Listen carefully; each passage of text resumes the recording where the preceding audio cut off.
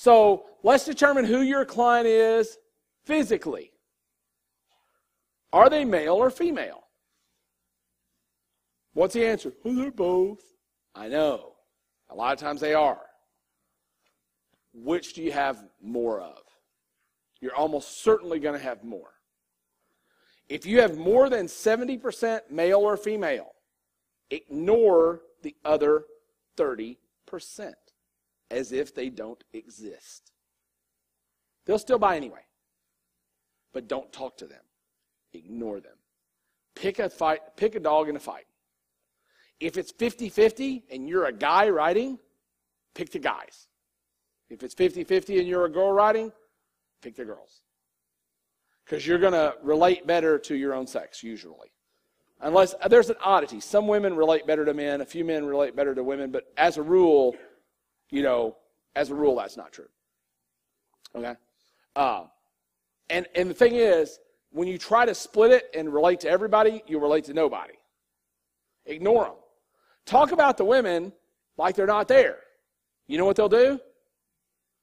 They'll read more. 35% of Maxim's readers are women. There's not a single article or word in that magazine written to a woman.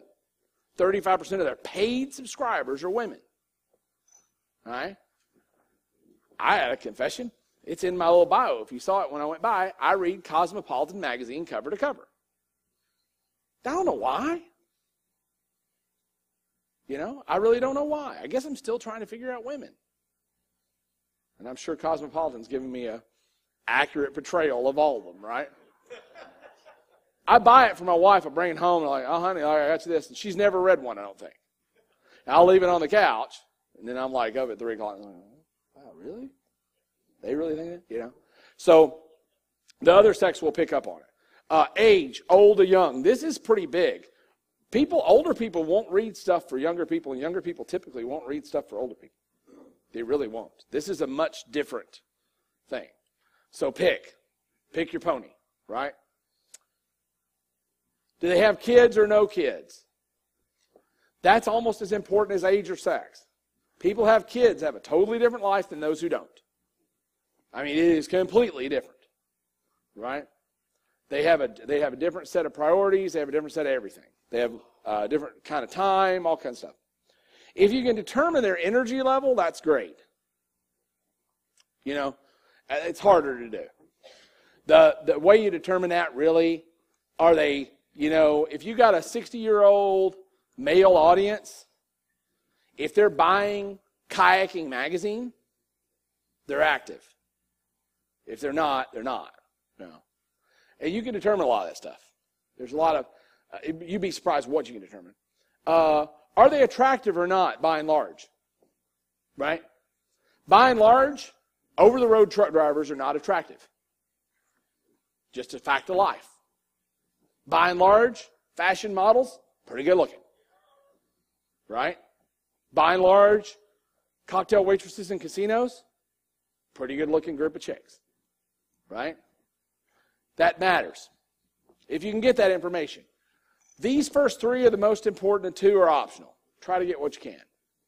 This is a really great example. Chris Pizzo does an offer called Fear No Man. Really kind of goofy little, this is an real old version of the ad. But he sells basically a course on how to kill a man with your bare hands. All right? So who's the buyer? Men, probably, yeah, mostly men. What about them? What kind of men? How old do you think they are? 35? 55, 65? Conservative beliefs or liberal beliefs? Conservative beliefs. 55-year-old Christian conservative male. He was buying Black Belt magazine, Maxim magazine, Men's Health magazine, doing $10 million a year on about a $5 million spend, rough numbers, right? Took the same spend dollars, took them to Fox News, Rush Limbaugh, and Newsmax, and more than doubled his sales on the same money. because he started talking to the people who wanted to buy his stuff. 55-year-old Christian conservative male.